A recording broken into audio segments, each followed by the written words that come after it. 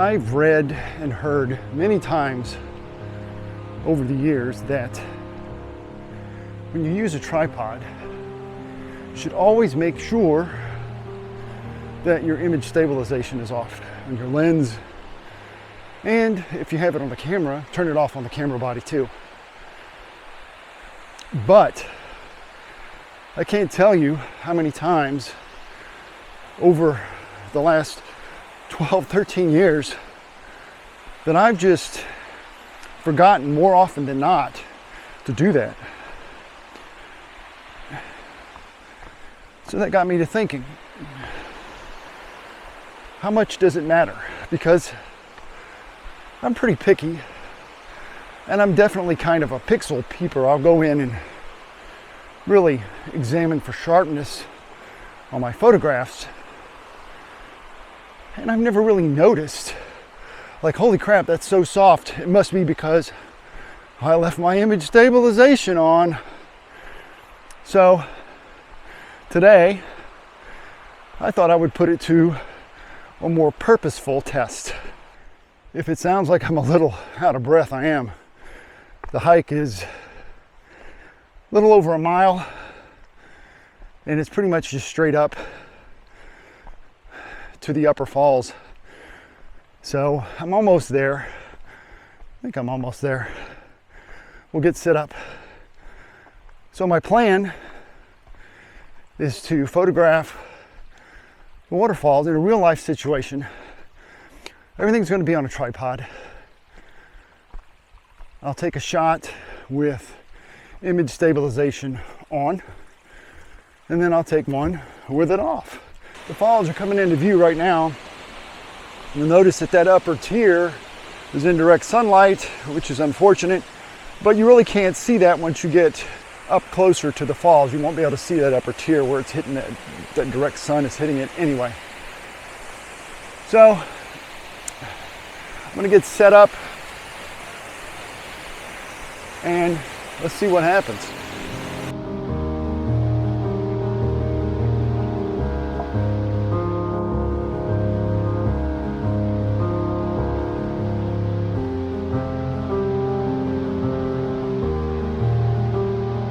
I've got a composition framed up.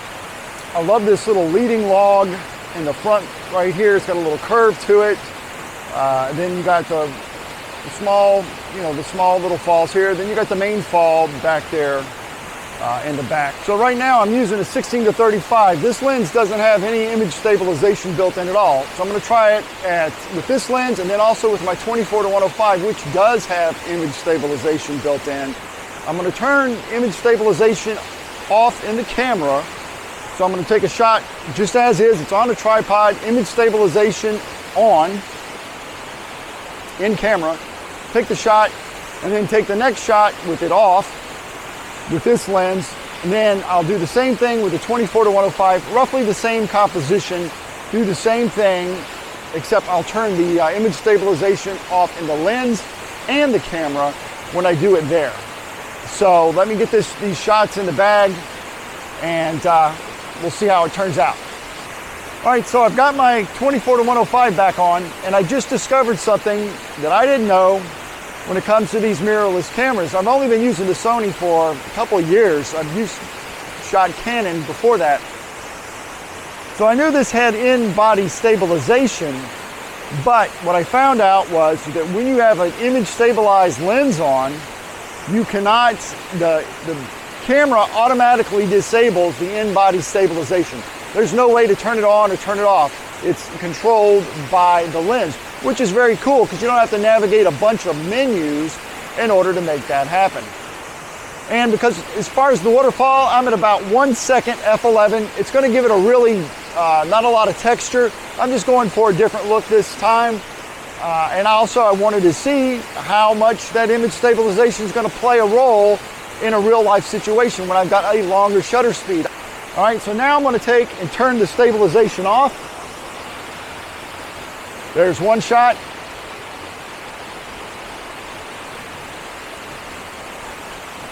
And there's the second shot. So this place is not ideal. It's not super photogenic. Well, it is, but not this time of day. As you can see, it's pretty bright sunlight. Not a cloud in the sky. It's a little bit of haze. We've had a lot of wildfires in the eastern part of Oregon, which is unfortunate. But again, we're here to just to check. We're doing a test more than we are creating portfolio-worthy photographs. So this is a great place because I can shoot long. I can put it on a tripod. I got plenty of light, so shutter speed's not going to be necessarily a factor. When we were shooting the waterfall, 1 second shutter speed or so is there's a lot more opportunity for issues with that image stabilization on or off. So I'm going to put it on the tripod, even though I really wouldn't need to, because I'm going to be using a pretty quick shutter speed. It's super bright out and there's plenty of light.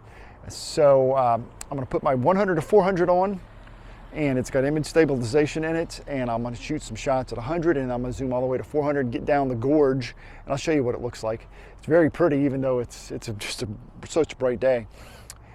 But we'll do the same exact thing with this longer lens and see how it turns out. Image stabilization on.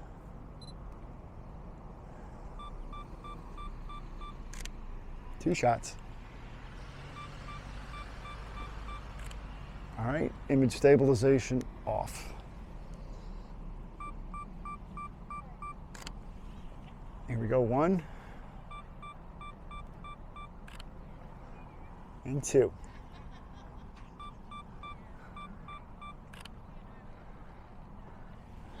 And off. Done, back on. All right, so what we need to do is get it back on the computer in the office and take a look at the images and see if there's any difference to the whole thing about making sure you turn your image stabilization off when you're on a tripod, or if it really doesn't matter. And if you forget, it's absolutely just fine. So let's see. So I'm back in the office and I've downloaded the photos, and I've decided to just pull in the raw files, no editing whatsoever, into stacks and layers in Photoshop and align those layers, and that will allow me to put the stabilized and non-stabilized images right on top of one another, and then just turn one off to be able to instantly see if there's any difference in sharpness or detail between the two photographs. I've done it for the 16 to 35. We're going to look at the 24 to 105 with the image stabilization built in the camera, in the lens. And then we'll look at the 100 to 400 at 100 millimeters, and again at about 300 millimeters, a little bit longer focal length. So let's dive into Photoshop and see how they compare. So here is the first shot. This is the one with the 16 to 35, shot at like 20 millimeters. And what we're looking at is the stabilized version is always going to be on top. The non-stabilized, or with the stabilization off, either in camera or lens, is going to be on the bottom of the stack. So this is, let's just zoom in to 100% because that's where we want to be. And we're going to go around to this log. I think this log has some great detail, and this rock right here has some great texture on it. So what we're seeing again is the stabilized version. So let's cut it off. And again, you have to ignore the fact that the water is moving and the fact that the lighting is going to be slightly different between photographs due to clouds and the light changing just, ever so slightly. So ignore that and focus in on details like in non-moving things, the log, the rock, things like that. So again, this is what we're seeing here is non-stabilized. This is the stabilization off. So let's zoom in, or not zoom in, but let's turn that stabilized version back on, and I am really trying to see any difference right here in the log or right here in this rock between the two photographs. All right, that is on, off, on, off, on, off. Let's pick a different section of the photograph. Let's try looking at it right here. Again, ignoring any type of movement due to the water. All right, let's see, that is on, off, on, and off. Let's zoom into 200%. That's 200%. And let's look right here in this finger of this log, right here. Stabilization on, off, on, off. So I am seeing absolutely no difference between the two photographs. There's absolutely no loss of sharpness. There's no loss of detail between the two. That's at 200%. When you go to 100%, you know, again, it looks fine either way. So let's move on to the 24 to 105 and see how it does. So now we're looking at the 24 to 105, same location in the photograph, just to keep things simple. And looking here at the tree, this is stabilized. This is the lens stabilization, because remember, the camera doesn't allow you, it automatically deactivates the in-body stabilization when you stabilize the lens on it. So this is with the lens stabilized on. And let's turn it off, on, off. Seeing no difference whatsoever. Let's move up to that other location that we were looking at. Let's look right here and over here on this rock.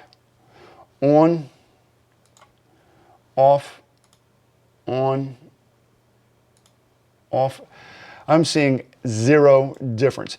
And remember, this is with a 1 second shutter speed. So this is 1 second on a tripod with image stabilization on and off. I'm seeing no difference whatsoever. So let's go on to the next lens, which is the 100 to 400. So this is the photograph at the Vista House, 100 millimeters. And we are obviously just filling the view, fit the view. So let's go to 100%.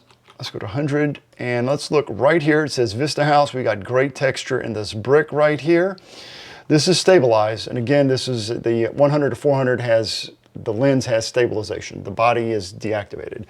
So this is a stabilized shot at 100 millimeters, and let's turn it off.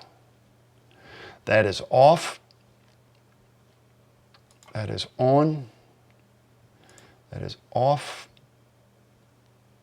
That is on. And I'm looking like right here at this brick and the text on the Vista House right here, the little plaque. And besides the shadows changing because of clouds and whatnot, let's move a little bit over here just to take it all in. All right, let's see, somewhere over in here maybe.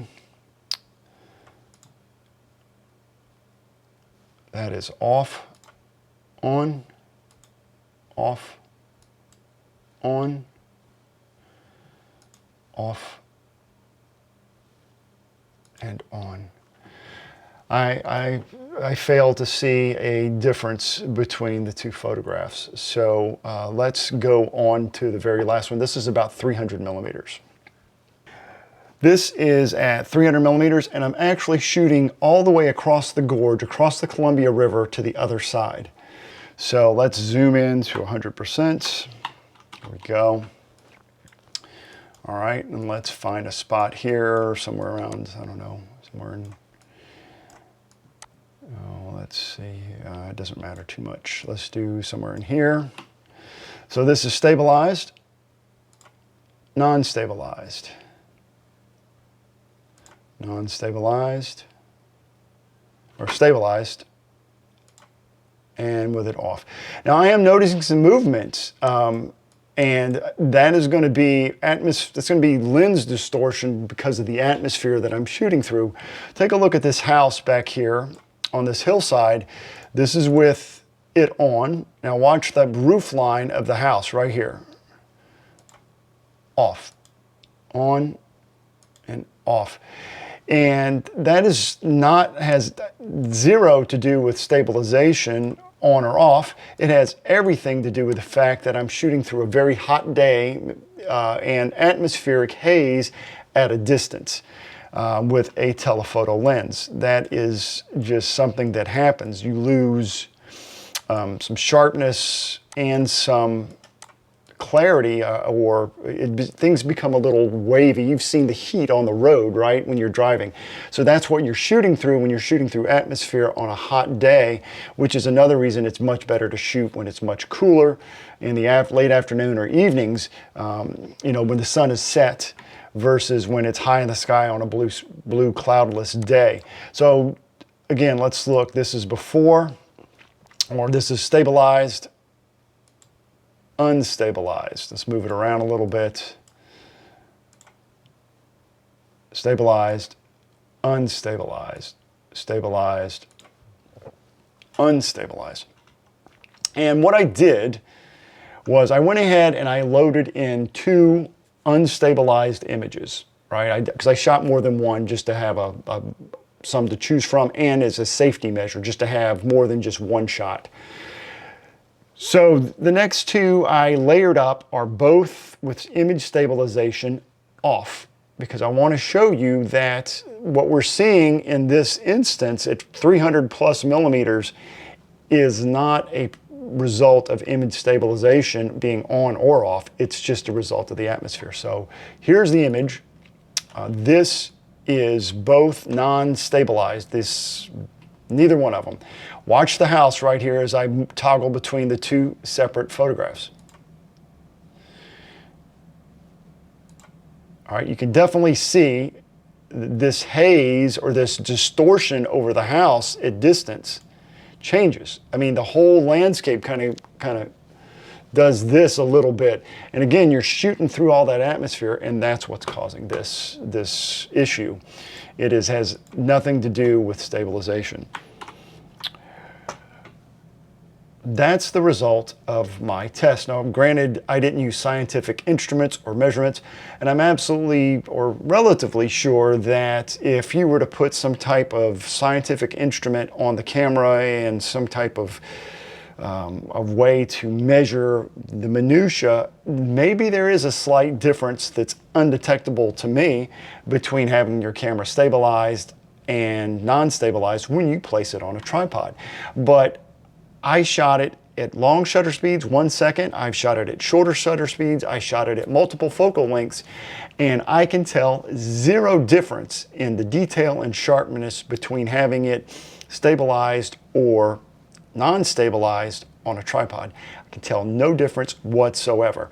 I'd love to hear your comments below, and if you shoot with your camera on a tripod, if you make it a point to turn your stabilization off, I would love to hear your experiences. Anything that I might have missed, leave it in the comments below, because I love to read it and hear what you guys think.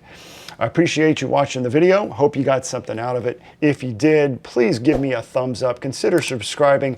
Hit the notification bell. I release a new video every single Wednesday, and I'll be getting back out in the field to do some real landscape photography real soon. And can't wait to do that and share it with you. Thanks for watching, and we'll see you next time.